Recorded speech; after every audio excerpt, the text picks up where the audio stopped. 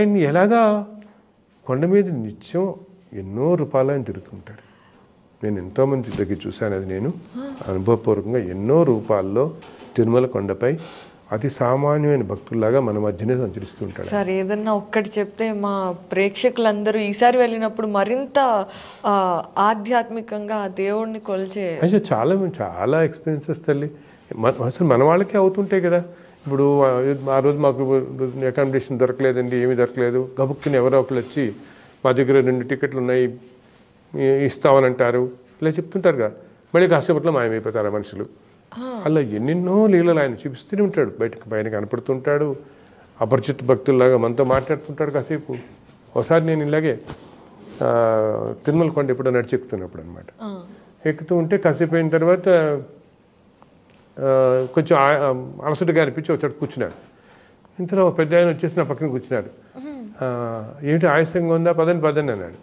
ఇంకా లేచి వెళ్ళిపోయాను. ఇంకా లేచి వెళ్ళిపోతే అసలు తెలియకుండా 2-3 కొండలు ఎక్కేసాం. ఇంకా దగ్గరికి వచ్చేసిన తర్వాత మళ్ళీ ఒకసారి కూర్చున్నాడు, 2 మాటలు మాట్లాడి వెళ్ళిపోయాడు ఆయన. సో అలా ఎంతో మందికి భగవంతుడు, నేను చెప్తుంటాను, ఈ నడిచెక్కే మార్గంలో ఆయన పక్క నుండి నడిపించిన వాళ్ళు ఉన్నారు. ఆసక్తి ఇచ్చేస్తారు అనమాట ఆయనే అంత. ఆయన అందుకనే ఆయన అంటారు, ఓపిక తిరుమల కొండ నడిచి మామూలుగా పెద్ద ఎక్సర్సైజ్ చేయని వాళ్ళు, నడక అలవాటు లేని వాళ్ళు కూడా ఎందుకు కొండలా ఎక్కేస్తారు. వాళ్ళు మొదటి కాలు మనం పెడితే చాలు, చేపుతున్న ఆయన లాగేస్తారు పైకి. నిజమే. అంతే. ఆ సంకల్పం పెట్టుకోవాలి, నేను వస్తాను అయినా నేను వేస్తాను, మిగతా నువ్వే చూసుకో అంటే చాలు చక్కగా. అండ్ దానికి తోడు అసలు తిరుమల కొండల్లో ఎన్నో మెడిసినల్ ప్లాంట్స్ ఉంటాయి. అసలు మనకి ఇప్పటికీ సైన్స్కి తెలియని ప్లాంట్స్ ఉన్నాయి తల్లి. భగవంతుడు అక్కడ వెలిసినప్పుడు స్వామివారి వైకుంఠం నుంచి విష్ణుమూర్తే వెలిసాడు కదా, వచ్చి ఆ రూపంలో వెలిసినప్పుడు బ్రహ్మాదేవతలు అందరూ వచ్చి అందరు దేవతలు పూల వర్షం కురిపిస్తారు ఆ లోకాల నుంచి. ఆ ప్లాంట్సే ఇవన్నీ ఇప్పుడు అనమాట. సో అక్కడ మనకి తెలియని దేవతా వృక్షాలు కూడా ఉన్నాయి.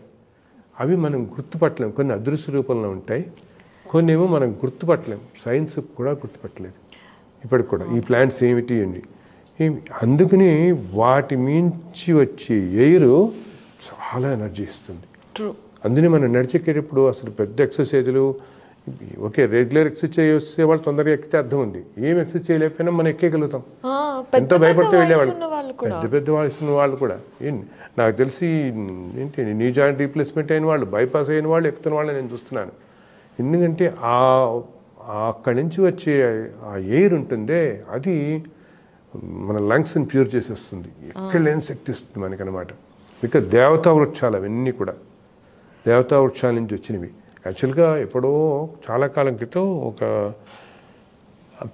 పేరుద్ది కానీ ఒక వెస్టర్న్ టీవీ ఛానల్ వాళ్ళు ఒక 40 ఏళ్ల క్రితం, అప్పటికి ఇంకా ఇన్ని రెస్ట్రిక్షన్స్ లేవు, వాళ్ళు ఆ శేషాచలం పర్వతాల్లో ఈ ప్లాంట్స్ని గురించి రీసెర్చ్ చేశారు.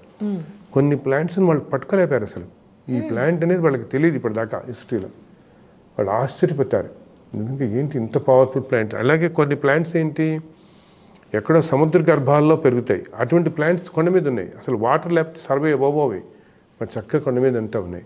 సో దే కుడ్ నాట్, దాని మీద ఒక డాక్యుమెంటరీ తీశారు. అంత పవర్ఫుల్ ప్రదేశం తిరుమల. తిరుమలకి సంబంధించి మీరు చెప్పారు అక్కడే వెంకటేశ్వర స్వామి ఉంటాడు అని. అది నిజం, మనందరికీ తెలిసిన విషయమే. మనకి తిరుపతిలో ఆస్ట్రల్ వరల్డ్కి రిలేషన్ ఉంటూ స్టార్ గేట్స్ ఉన్నాయని కూడా అంటూ ఉంటారు. అంటే స్టార్ గేట్స్ అంటే ఆ విష్ణులోకానికి ద్వారాలు. సో వాటి గురించి ఎప్పుడైనా మీరు తెలుసుకునే ప్రయత్నం చేశారా? ఉంటేనే కదా మరి ఆ భగవంతుడు అలా. సరే, అసలు మీరు ఆత్మ గురించి, కర్మ గురించి, జన్మల గురించి, అన్నిటి గురించి మీకు తెలుసు. ఖచ్చితంగా అరుణాచలంలో కూడా స్టార్ గేట్స్ ఉన్నాయి. అక్కడ ఒక ఇన్సిడెంట్ కూడా ఉంది, చెప్పాలంటే చాలా పెద్దది. సో అసలు ఆ స్టార్ గేట్స్ గురించి, వాటికి ఇప్పుడు మానవులలో ఏదైనా ఒక ఛాన్స్ ఉంటుందా? అసలు నిజంగా మనం కనుక భగవంతుడికి చేరువయ్యి ఆయనతో మమేకమైనప్పుడు ఆ ఎక్స్పీరియన్స్. అవును తల్లి, ఇప్పుడు తప్పకుండా ఉంటుంది. యాక్చువల్గా మనం ఇప్పుడు వేరే లోకాలు అనుకుంటాం కదా, ఈ వేరే లోకాలు అనేవి ఫిజికల్గా ఎక్కడో పైన ఆకాశంలో ఎత్తుకుండవు అవి, కరెక్ట్. అవి మనతో పాటే ఉంటాయి అన్నమాట. అదొక డైమెన్షన్, అనదర్ డైమెన్షన్ అంటామే. ఆ డైమెన్షన్లో దేవతలందరూ ఉంటారు ఆ డైమెన్షన్లో. ఓకే, ఆ డైమెన్షను ఎప్పుడూ ఉంటుంది, మనతో పాటే ఉంటుంది. కానీ మనం మామూలుగా రిలేట్ చేయలేము. మనం ఎంతో సాధన ఉంటే కానీ ఆ డైమెన్షన్లోకి వెళ్ళలేము మనం అసలు. ఇప్పుడు మనం చూడు, మహాసిద్ధులు వాళ్ళు ఆస్ట్రల్ వరల్డ్లో ట్రావెల్ చేశారంటారే, వాళ్ళు ఆస్ట్రల్లో ట్రావెల్ చేయడానికి వాళ్ళు ఎక్కడో మానసరోవరం వెళ్ళక్కర్లే, వాళ్ళు ఉన్న ప్రదేశం నుంచి వెళ్తారుగా వాళ్ళు. అవును, వెళ్తారుగా. అవునా? అవును. ఆయన ఎక్కడో ఏదో ఆశ్రమం ఏదైనా ఉంటే ఆశ్రమం చేస్తూ ఎక్కడో ఊళ్ళోనే ఎక్కడో ఉంటాడు. బట్ ఆయన ట్రావెల్ చేశానని చెప్తుంటారుగా, నేను వెళ్ళొచ్చాను మానసరోవరం, అది లేదో వేరే లోకానికి వెళ్ళొచ్చాను ఉన్న ప్రదేశం నుంచి. అసలు కైలాసం నుండి శివలింగాలు తీసుకురావటం ఇవన్నీ జరుగుతుంది కదా. ఉన్న చోట వాళ్ళు అక్కడే కూర్చుంటారు, ఫిజికల్లీ దే డోంట్ మూవ్ కదా. సో వేరే చోటుగా అంటే ఏంటనమాట, ఎక్కడ ఉన్నా కూడా ఈ డిఫరెంట్ డైమెన్షన్స్ మన పక్కనే ఉంటాయి.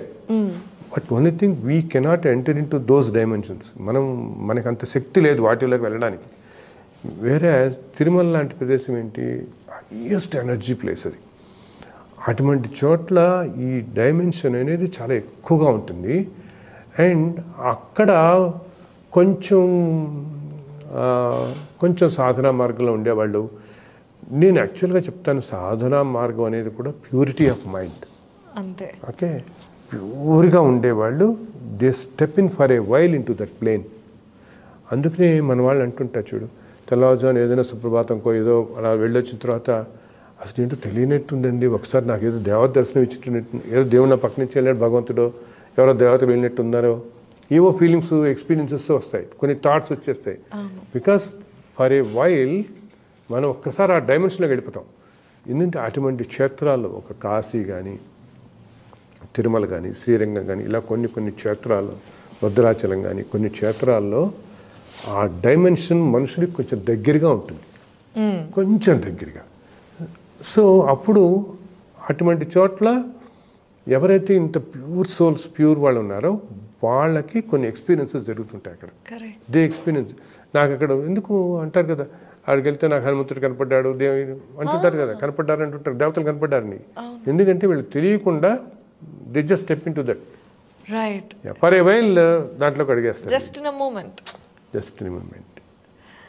అది ఉంది, తిరుమలలో ఉంది. అసలు యాక్చువల్గా మన పురాణాలు ఎన్ని చోట్ల ఒకటి ఉంటుంది అనమాట, వైకుంఠ గుహ అని ఒకటి ఉంటుంది తిరుమల కొండల్లో. అది ఎక్కడ అనేది ఎవరికి తెలియదు. అది రామాయణంలో రాముల వారు ఇలా సీతాన్వేషణలో వెళుతూ తిరుమల కొండ మీదకి వస్తారు. వచ్చినప్పుడు ఈ వానరులు అందరూ ఏం చేస్తారంటే అటు ఇటు చెట్లన్నీ పువ్వు పళ్ళు ఏమిటో తినడానికి పెడతారు. అలా వెళ్ళిపోయిన తర్వాత కొంతమందికి అలా డీప్ అడవిలోకి వెళ్ళిపోతే ఒక చోట ఒకేదో గుహ కనపడుతుంది వాళ్ళకి. ఏమి గుహ కనేటప్పటికీ చాలా ఇంట్రెస్ట్గా ఉంది ఇదేదో అని చెప్పి ఆ గుహలోకి వెళ్ళిపోతారు ఓ 10 మంది. ఇలా వాళ్ళు వెళ్ళేటప్పుడు కొంత దూరం వెళ్ళేటప్పుడు వాళ్ళకి అక్కడ అంతా కూడా మొత్తం ఈ శంఖచక్రధారులే తేజస్తో వెలుగుతున్న వాళ్ళంతా కనపడతారు గుహలో. వాళ్ళు అసలు ఆ తేజస్ తట్టుకోలేకపోతారు, ఇంకా ముందుకు వెళ్ళలేకపోతారు గుహలోకి. కొంచెం వెళదామంటే అంతా తిరుగుతూ ఉంటారు అటు ఇటు, శంఖచక్రం ధరించి విష్ణు స్వరూపులు, అందరూ విష్ణువులే, ఎంతోమంది కనపడతారు. వాళ్ళకి ఇంకొంచెం అడుగు కూడా వాళ్ళు ఇంకా ఆ వెలుగు తట్టుకోలేక కొంచెం ముందుకు వెళ్ళబోయి ఇంకా పరిగెత్తి వెనక్కి వచ్చేస్తారు. వెనక్కి వచ్చేసి అసలు రోజుతో రూపుతూ గృహ బయటకు వచ్చి పడతారు. వచ్చి పడి వీళ్ళు మిస్ అయిపోయారుగా మిగతా వాళ్ళ దగ్గర నుంచి. ఈ 10 మంది కోసం మిగతా వాళ్ళంతా వెతుకుతుంటారు, వీళ్ళు అయిపోయారు కనపడకుండా పోయారని వానరులు అందరూ. వచ్చేటప్పటికి వీళ్ళు చెప్తారు, మొత్తం మీద ఏదో బయటపడి వచ్చారు, బాబా ఇంత పెద్ద ఎక్స్పీరియన్స్ జరిగింది మాకు ఇందాక, ఇంక ఈ ముందు ఇక్కడికి వెళ్ళేటప్పటికి ఒక గుహ కనపడింది అనేటప్పటికి వీళ్ళందరూ ఆశ్చర్యపోతారు. ఆశ్చర్యపోయి ఇదేదో మాకు చూడాలని క్యూరియాసిటీ, పదండి వెళ్దాం, మాకు కూడా చూపించండి అదేదో అంటారు. మాకు ఇంత చాలా క్యూరియస్గా ఉందని చెప్పి సరే పదని బయలుదేరుతారు. ఎంత వెతికినా వాళ్ళకి కనపడదు. అప్పుడు వీళ్ళందరూ రాముల వారి దగ్గరికి వస్తారు. వచ్చి రాముల వారితో చెప్తారు, స్వామి ఇలా అయింది, మేము ఇలా ఒక చోట గుహలోకి వెళ్ళాము, అందరూ కూడా శంఖచక్రాలు ధరించి తిరుగుతున్నారు, అసలు ఆ తేజస్సుకి మేము తట్టుకల బయటకు వచ్చామంటే అప్పుడు చిరునవ్వు నవ్వుతూ ఆయన అంటాడు, నాయన మీరు వెళ్ళింది వైకుంఠ లోకానికి దారిది, వైకుంఠ గుహ అది, మీ పూర్వజన్మ పుణ్యాల చేత మీరు వెళ్ళగలిగారు, మీరు అది మామూలుగా వాళ్ళకి దర్శనం ఇవ్వదని. ఇప్పటికీ అది ఉంది తల్లి అక్కడ. ఎక్కడుందో తెలియదు. ఆ వెంకటేశ్వర స్వామి అలా మీరు అన్నారే. అవును. సో ఆ డిఫరెంట్ డైమెన్షన్ అనేది తిరుమలలో చక్కగా ఎగ్జిస్ట్ అవుతుంది, ఇప్పటికీ ఎగ్జిస్టింగ్ మనకి. అందుకనే అంటే ఇప్పుడు నేను ఇలా నాకు ఈ అవకాశం వచ్చి ఇలా నేను చెప్పగలుగుతున్నాను, కానీ ఎంతోమందికి ఎన్నో ఎక్స్పీరియన్స్ అవుతున్నాయి అక్కడ నిత్యం. అదే అంటాడు భగవంతుడే చెప్తాడు, ఎవరి ఎక్స్పీరియన్సెస్ వాళ్ళకే యూనిక్. అలా జరుగుతూనే ఉంటాయి, రోజు జరుగుతాయి తిరుమలలో, ప్రతిరోజు జరుగుతూనే ఉంటాయి ఇట్లా. అసలు ఎన్ని చెప్పుకున్న మాహత్యాలు మనకు అసలు తనివి తీరవు అసలు అటువంటి ప్రదేశం అది.